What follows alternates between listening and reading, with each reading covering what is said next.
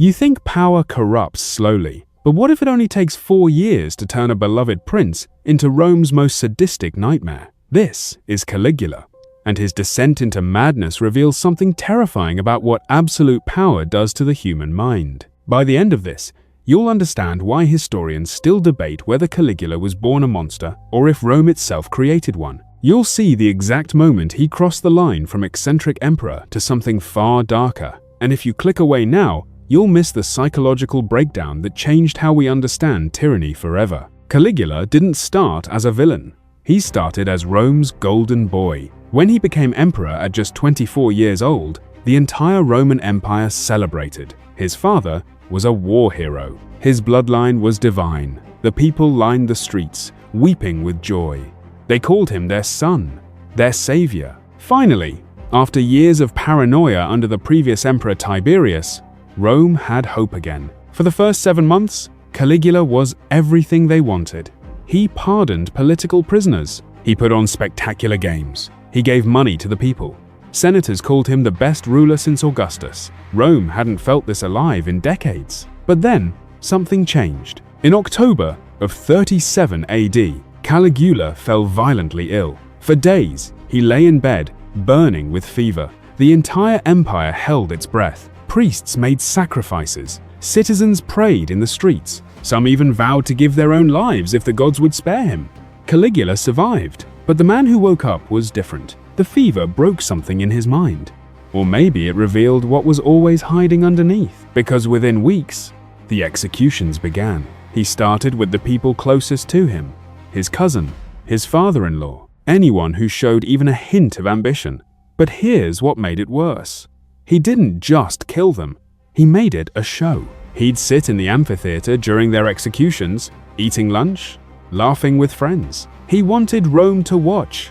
He wanted them to understand that their golden boy was gone. And this raises the question that haunts every historian who studies Caligula. Was the madness always there, waiting for the right trigger? Or did the fever damage his brain, turning a promising young ruler into a sadist? We'll never know for certain. But what happened next suggests something even darker. That maybe Caligula wasn't insane at all. Maybe he understood power better than anyone wanted to admit. He declared himself a living god, not metaphorically, literally. He built temples to himself. He demanded worship. He'd dress as Jupiter, as Venus, as Apollo. He forced senators to bow before him like he was divine. And when they hesitated, he'd remind them what happened to people who disrespected gods. But here's the twist.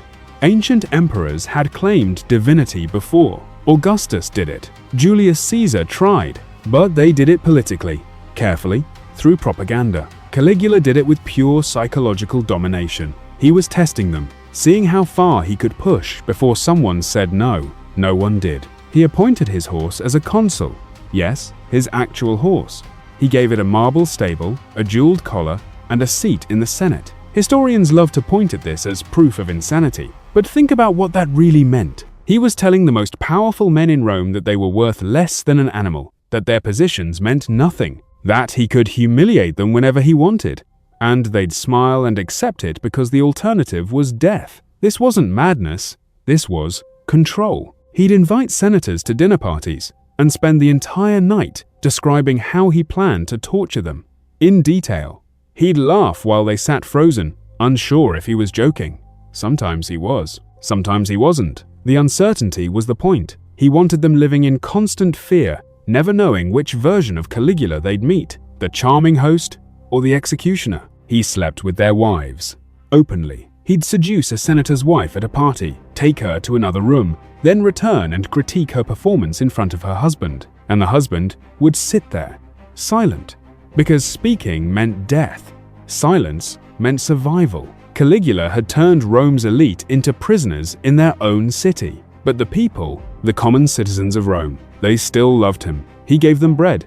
He gave them games. Spectacular, bloody, expensive games. He didn't care about the treasury. He spent everything. He built floating bridges just to ride across them. He constructed golden barges for parties on the water.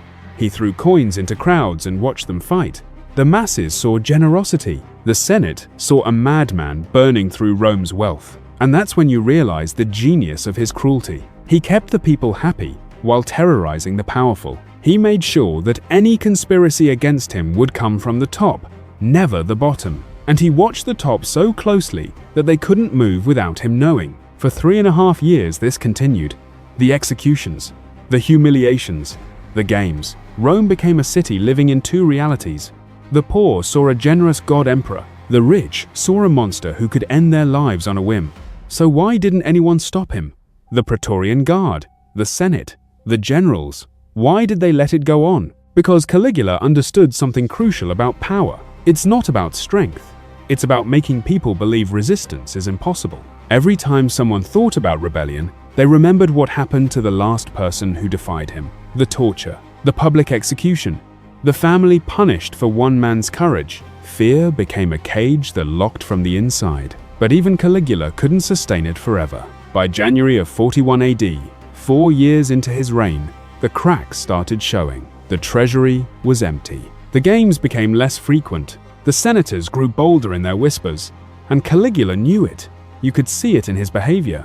He became more paranoid, more erratic. He'd execute people for smaller offenses, for looking at him wrong, for not laughing at his jokes. He planned to move the capital to Egypt, to leave Rome entirely. Some historians think he wanted to escape. Others think he wanted to rebuild somewhere he'd be worshipped without question, but he never got the chance. On January 24th, 41 AD, members of the Praetorian Guard cornered him in a hallway beneath the palace. One of them was a man Caligula had mocked for years, called him weak, humiliated him in front of crowds, and now that man had a sword. They stabbed him 30 times. They didn't stop until he was unrecognizable.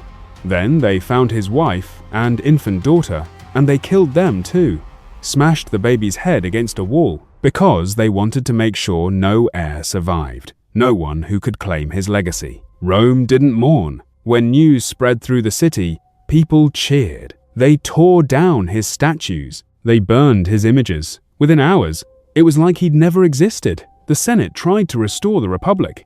They actually thought they could go back. But the Praetorian Guard had tasted power. They declared Caligula's uncle, Claudius, the new emperor, and the cycle continued. So what do we take from this? What does Caligula's madness teach us? Some historians argue he was mentally ill, that the fever triggered schizophrenia or brain damage, that he couldn't control his actions. Others say he was a sadist who finally got the power to act on his worst impulses, that he was evil from the start. But maybe the scariest possibility is this, that Caligula was perfectly sane, that he looked at absolute power and asked himself, how far can I go? And the answer was further than anyone imagined. He exposed the truth that Rome didn't want to face, that their system had no safeguards, that one man with enough cruelty could do whatever he wanted as long as he kept the masses fed and the military loyal. Caligula didn't break Rome's system. He revealed it was already broken. He showed that the difference between civilization and tyranny is thinner than anyone wants to believe. That any society is just one bad leader away from collapsing into fear. 4 years. That's all it took. 4 years to go from beloved emperor to hated monster. 4 years to show the world what unchecked power looks like when it's wielded by someone willing to push every boundary. The Romans tried to erase him. They wanted to forget. But you can't forget a lesson that brutal. Caligula's reign proved something that every generation has to relearn. That power doesn't corrupt slowly.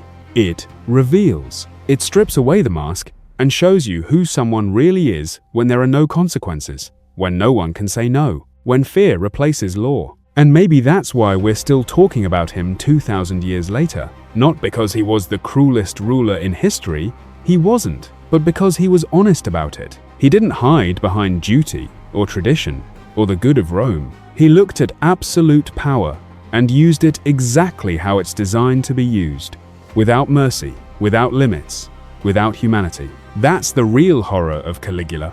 Not that he was mad, but that he might have been the sanest one in the room. He saw the game for what it was and played it better than anyone. He just played it so well that they had to kill him to make it stop. Power didn't corrupt Caligula. Power freed him. And that freedom looked like madness because Rome had never seen someone embrace it so completely. So if you ever wonder what you'd do with absolute power, remember this. Caligula thought he knew too. And 4 years later, His own guards were stabbing him in a dark hallway while Rome cheered. The throne makes monsters. The only question is whether it creates them or just reveals what was always waiting underneath. If this breakdown of power and madness hit different, there's another fallen ruler whose psychological collapse was even more brutal. Watch that next, because the pattern repeats. The faces change, but the throne always wins.